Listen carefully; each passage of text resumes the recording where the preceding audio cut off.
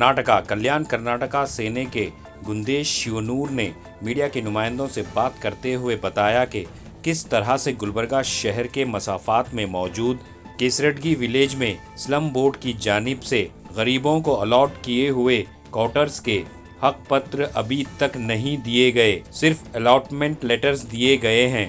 अगर slum board के अहदेदारान जल्द से जल्द हक पत्र नहीं देंगे तो बड़े पैमाने पर एहतजाज मुनज़्ज़म करने की बात कही।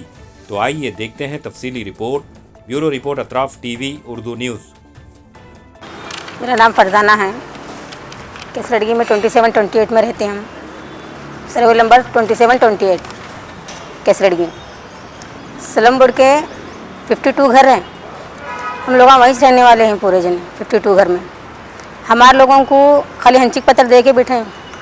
क़य्यूम साहब उनको रिक्वेस्ट करें, हाथ जोड़े, उनको रिक्वेस्ट कर कोई बोले इतने बच्चों को, छोटे बड़े बच्चों को, बुड्ढों को सब ले जाके 2 दिन सत्याग्रह पे बैठे हम लोग। हमारा हक पत्र दो बोल को देती है। हमारा हंचिक पत्र तो लियो, तुम्हारा हक पत्र देती हैं बोले। हंचिक पत्र देखो भी 6 महीने हक पत्र का वर्ड उन्होंने कुछ बोल रहे ही नहीं हमारे को।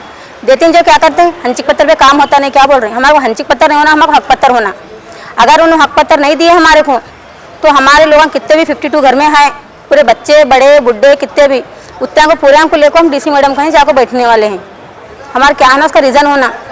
जाकर हम पूछते हैं, हाँ देती जाओ माँ, देती जाओ, तुम क्यों ये कर रहे हैं। साउथ में आता। हाँ अलमपुर को सर भी लेटर लिख के दिए, उनको हक पत्र दो बोल के, नहीं दिया उन्होंने। मैडम कहीं फातिमा लिख को दिए, उनका नहीं चलता, तुम यहाँ के एमएलए का लिख को लो बोलते। अलमपुर को सर का भी लेकर हम उन्हें भी रिक्वेस्ट करे, चलो जान दे हमारे पास गरीब लोग रहते दो बोल के भी लेटर दिया उनको, तो उन्हें कुछ जिक्र ही नहीं कर रहे उसका। हाँ देते जो बोल रहे हैं, हमारे को देते नहीं, हमारे को देना। अगर नहीं दिए स्लम बोर्ड ऑफिस में जैसा बैठे हम वैसा आपको डीसी मैडम करने बैठने वाले। हमारे को हक पत्र होना, हमारी डिमांड कुछ भी नहीं है उनको। ना एक रास्ता अच्छा है, ना दवाखाना है, ना कुछ है वहाँ।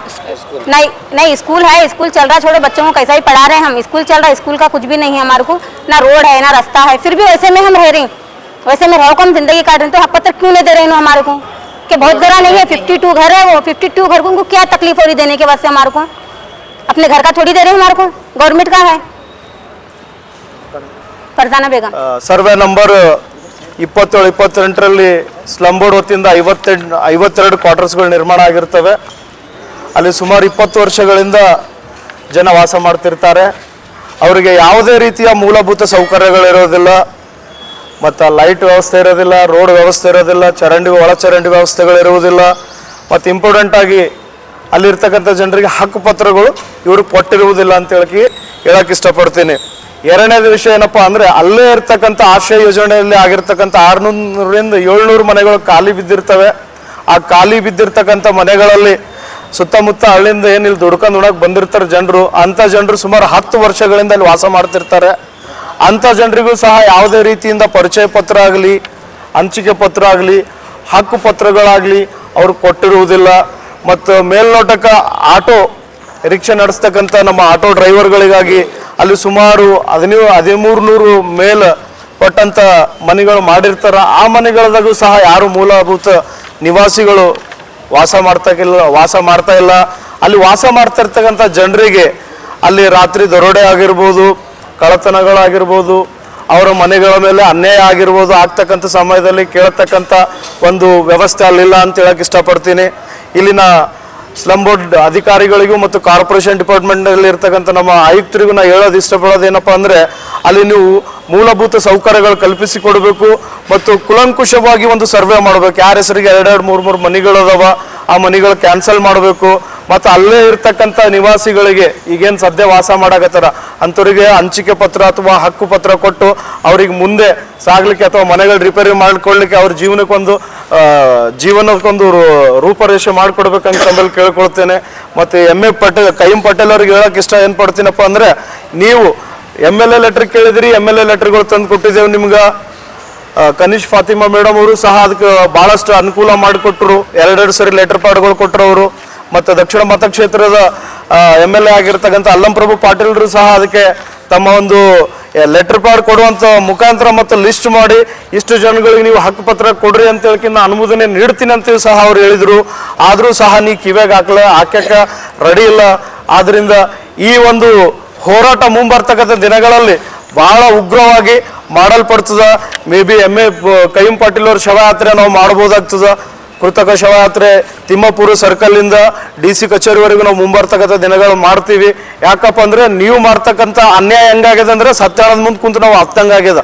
ಅದು ಕೇಳಲಿಕ್ಕಿಲ್ಲ, ಮಾತಾಡ್ಲಿಕ್ಕಿಲ್ಲ, ಅದು ಮುಂದೆ ಎದ್ದು ಬರ್ಲಿಕ್ಕಿಲ್ಲ. ನೀವು ಸಹ ಸತ್ಯಾನದ ಪ್ರಕಾರ ಆಗಿರಿ. ಇವತ್ತು ಜನರ ಕಿವಿಲಿಂದ ಎಷ್ಟೋ ಮಾತುಗಳು ಆಡಾಕತ್ತಾರ. ಅವ್ರ ಮಾತಿಗೆ ನೀವು ಉತ್ತರ ಕೊಡ್ತಾ ಇಲ್ಲ, ಅವ್ರ ಕಷ್ಟಗಳಿಗೆ ಸ್ಪಂದಿಸ್ತಾ ಇಲ್ಲ. ಸತ್ಯಾನದ ಮಾಫಿ ನೀವು ಅಲ್ಲಿ ಬಿದ್ದಿರಿ ಆಫೀಸ್ನಾಗ ಅಂತ ಹೇಳಕ್ ಇಷ್ಟಪಡ್ತೀನಿ.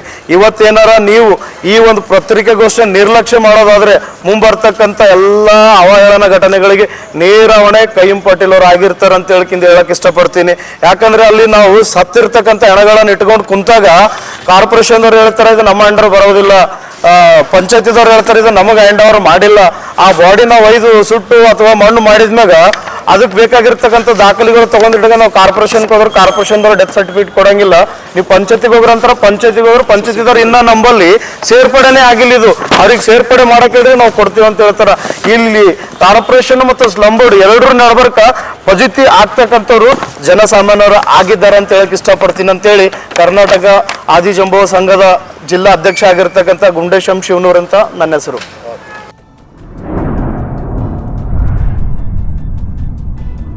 अतराफ टीवी, हर बात सच के साथ।